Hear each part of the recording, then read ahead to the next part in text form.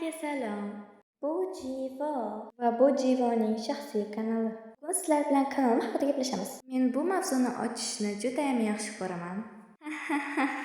Bilmasam boshladik, nimani kutyapmiz?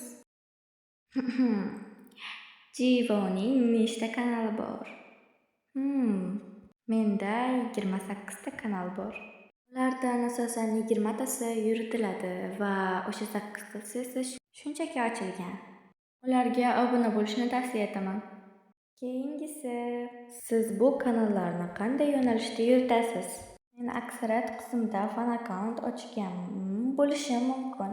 Bilganingizdek, men K-poperman va K-pop asosida kanal ochgan bo'lishim mumkin.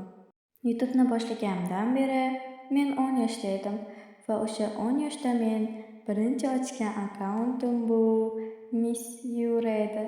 Bu judayam sharmandalik, chunki men o'sha vaqtda umuman video yasashni bilmas edim. O'sha ochgan kanallaringizni qancha obunachisi bor?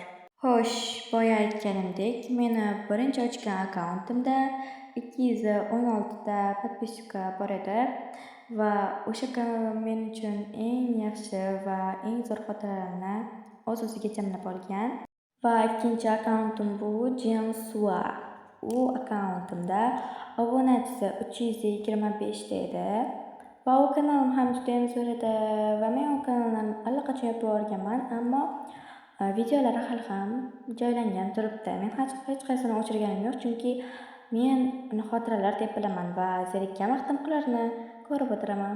Next please. Hop. Eng katta, asosiy va hozirgacha yuritayotgan kanalingiz. Bu albatta Kim Jivonam kanali. Va hozir ham bu videoni o'sha kanalga joylayapman va bu kanal men uchun eng sevimli kanallardan biri. Nimaga siz eski ochgan kanallaringizni tashlab ketdingiz?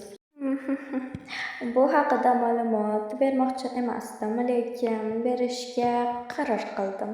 Aytganimdek, birinchi ochgan kanalimni men albatta o'zimning shaxsiy telefonimda ochmaganman, chunki juda ham yosh bo'lganman.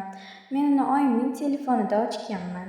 Hozir mening asosiy kanalim o'zimning shaxsiy telefonimda ochilgan, shuning uchun ham men u kanalni tashlab ketganman. Lekin haligacha sog'inaman.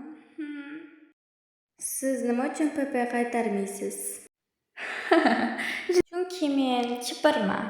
Desam ishonasizlarmi? Qanaqasiga qaytarmasligim mumkin? Next please. Haterlar o'zingizlarga javob oldinglar.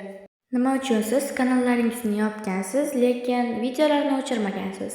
To'g'risini aytsam, men o'sha ochgan kanallarimda juda ham ko'p do'stlarim bo'lgan.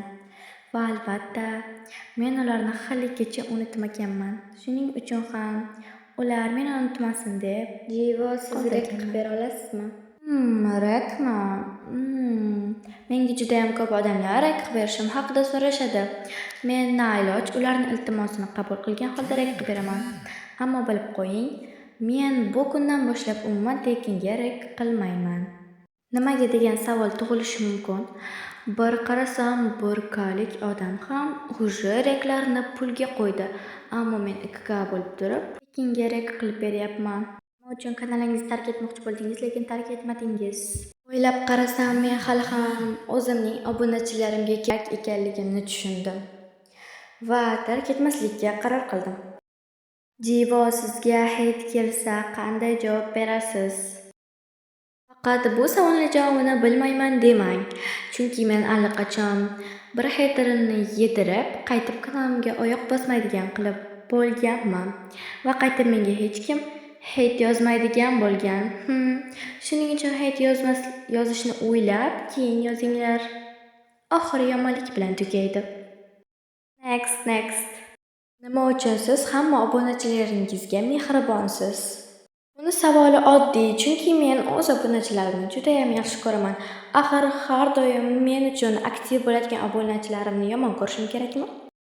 Bugungi savol-javoblar va kanalim haqidagi ma'lumotlar yakuniga yetdi. Video tugadi. Hammaga xayr. Sizlarni yaxshi ko'raman. Jivoshlarim.